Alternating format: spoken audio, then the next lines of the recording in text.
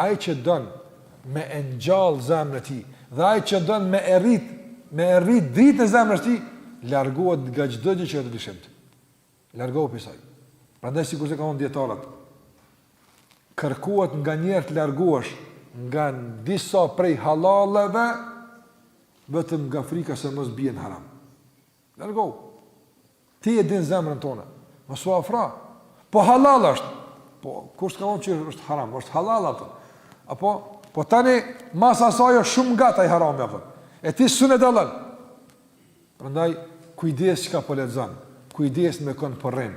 Kujdes ku po shkon. Kujdes me kon po bisedon. Kujdes me kon po përzihesh, nga se shumë lehtë njerëz ta fikin ditën e zemrës pa vërtet fare apo. Prandaj ajo që ngjall dhe jep ndriçim është ruajtja nga gjërat e dyshimta.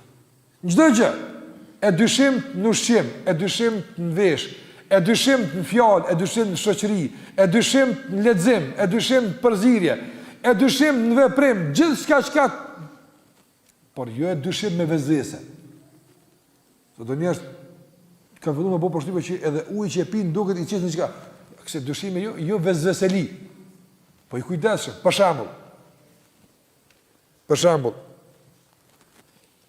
a është e lejuar fetarisht, pavarësisht pasojave, a është e lejuar fetarisht në njëri,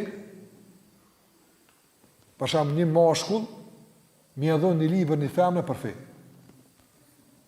në rrugë me nal, fetarisht, a është e lejuar? Po e lejuar është.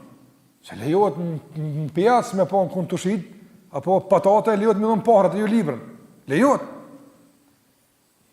Mirë po, në kohën e sotshme, me rreziqe që janë të shumta, me mënyrat e shumta të komunikimit, apo dhe pasojat fatale që po i ndodhin shumë njerëz të tjerë, a që ky fundi i halallit dikujt do të më kon pak më herët halallit dikujt me përfundu.